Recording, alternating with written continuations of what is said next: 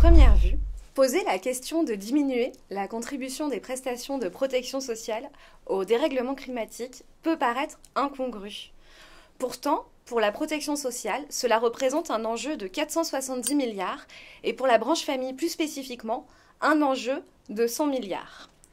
S'inscrire dans cette tendance à la diminution de la contribution au dérèglement climatique des prestations serait s'inscrire dans une ligne déjà ouverte par de nombreuses politiques publiques au niveau national et européen.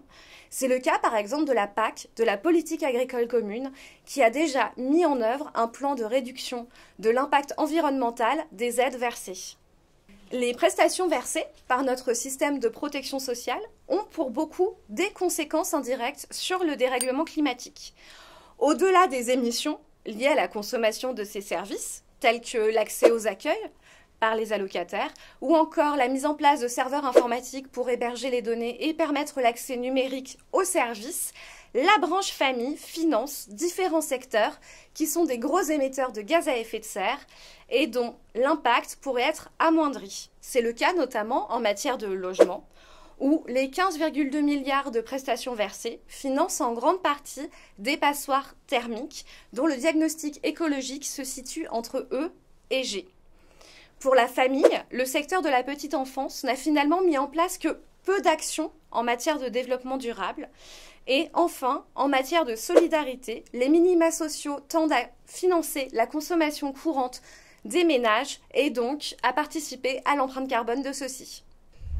Alors, quelle méthodologie avions-nous décidé de suivre? Alors, nous avons décidé de suivre une méthodologie en 3 étapes.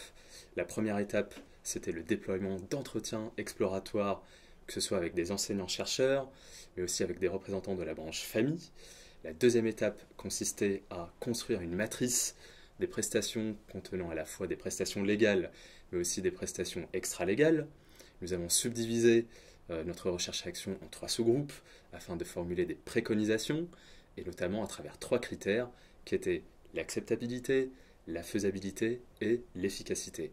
Dernière étape, nous avons envoyé un questionnaire au CAF afin de challenger nos propositions et aussi soulever des points de vigilance. Alors quels ont été les enjeux auxquels nous avons été confrontés? Ils sont au nombre de 3. Le premier, c'est la volonté de garantir une certaine justice sociale et notamment le caractère redistributif de la branche famille. Le deuxième enjeu, c'était évidemment de garantir un caractère opérationnel de notre proposition, éviter que le travail des CAF soit surchargé avec encore de nouvelles réglementations. Et enfin, le dernier enjeu consistait à évaluer les dispositifs de la manière la plus précise possible. À travers nos entretiens et le questionnaire que nous avons envoyé, nous avons pu identifier plusieurs propositions venant de différentes CAF qui témoignent d'un intérêt à ce sujet, et notamment la CAF du Rhône, qui, en lien avec la mairie, met en avant une politique ambitieuse pour le secteur de la petite enfance qui s'articule autour de 2 axes forts. Le premier est de remettre la nature dans le quotidien des enfants, et le second axe est de faire des crèches des modèles de transition écologique.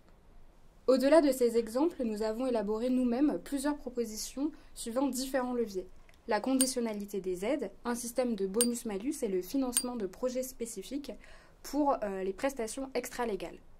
Ainsi, nous nous sommes davantage concentrés sur le secteur du logement puisque le bâtiment est un des secteurs qui émet le plus de gaz à effet de serre.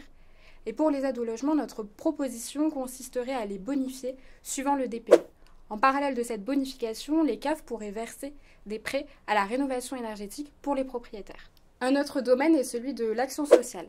À travers les structures qu'elles financent, EAJE, ALSH notamment, les CAF pourraient contraindre ces dernières à déployer des projets pédagogiques environnementaux pour sensibiliser les plus jeunes.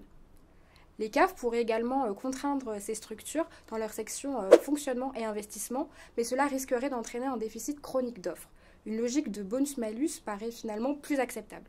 Enfin, nous avons réfléchi au versement d'une prestation compensatoire à la mise en place d'une taxe carbone sur les produits de la consommation qui pourrait être versée par les CAF.